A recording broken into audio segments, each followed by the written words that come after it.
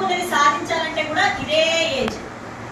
ఒక్క 20 సంవత్సరాలు మనం కష్టపడితే వెనకాల ఉండే 80 సంవత్సరాలు మనము చాలా హ్యాపీగా మనం అనుకున్న జీవితము, మనం అనుకున్న ఉద్యోగంలో ఉంటూ ఒక మంచి స్థాయిలో మనం ఉంటూ చాలా హ్యాపీ సంతోషకరమైన జీవితాన్ని మనం లీడ్ చేయొచ్చు. అయితే ఈ 20 సంవత్సరాలు ఏం చేయాలి?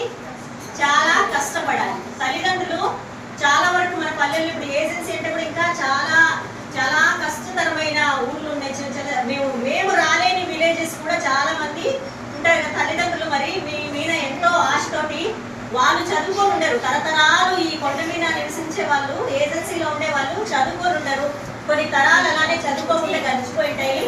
అయినా కూడా ఇప్పుడు మీ తల్లిదండ్రులు ఎంతో ఆశతోటి మా బిడ్డలైనా బాగుండాలనే ఉద్దేశంతో వాళ్ళు కాయ కష్టం చేసి గవర్నమెంట్ నుంచి వచ్చే ఏదో చిన్న సదుపాయంతో మిమ్మల్ని మీ మీద ఎంత నమ్మకం పెట్టుకొని వాళ్ళు పెట్టుకున్న విశ్వాసానికి ఒక్కసారి క్లాస్ కొడదామన్నారు. తల్లిదండ్రులలో కొంతమంది ఆర్ఫన్స్ పిల్లలు ఉంటారు, తల్లిదండ్రులు ఇద్దరు లేని పిల్లలు ఉంటారు, ఒక సింగిల్ పేరెంట్ తో నడిచే ఫ్యామిలీస్ కూడా ఉంటాయి. అవునా? ఒక తండ్రితోటి లేదంటే ఒక తల్లితోటే నివసించే ఫ్యామిలీస్ కూడా ఉంటాయి. వాళ్ళ కష్టం ఇంకా మనం చెప్పలేనిది. అవునా? మరి అంతా వాళ్ళ నమ్మకంతో మనకు వాళ్ళు ఏమీ అనడం లేదు. మనం ఏమైనా కొడుతున్నారా చేస్తున్నారా, చదువుకోమని చెప్తారు. అవునా? 20 ఏళ్ళ వరకు కష్టపడండి అమ్మా. కష్టపడితే 80 ఏళ్ళ వరకు మనం మంచిగా జీవించే జీవితము మీ చేతుల్లోనే ఉంటుంది అనే ఆప్షన్ మీకే ఇస్తున్నారు. ఒక చిన్న గేమ్ దగ్గరనే మనము ఒక ఐక్యతగా ఉంటే ఎలా అనిపించింది? గేమ్ ఓడిపోకుండా మన గ్రూప్ గెలవాలి అన్న ఇంట్రెస్ట్ తోటి మీరు ఆడినారు కదా.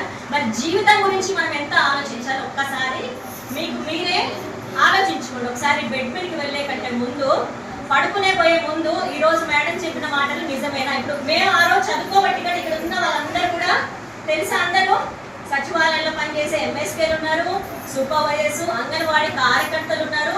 మేము కూడా మీ స్టేజ్ నుంచి వచ్చిన వాళ్ళమే కదా.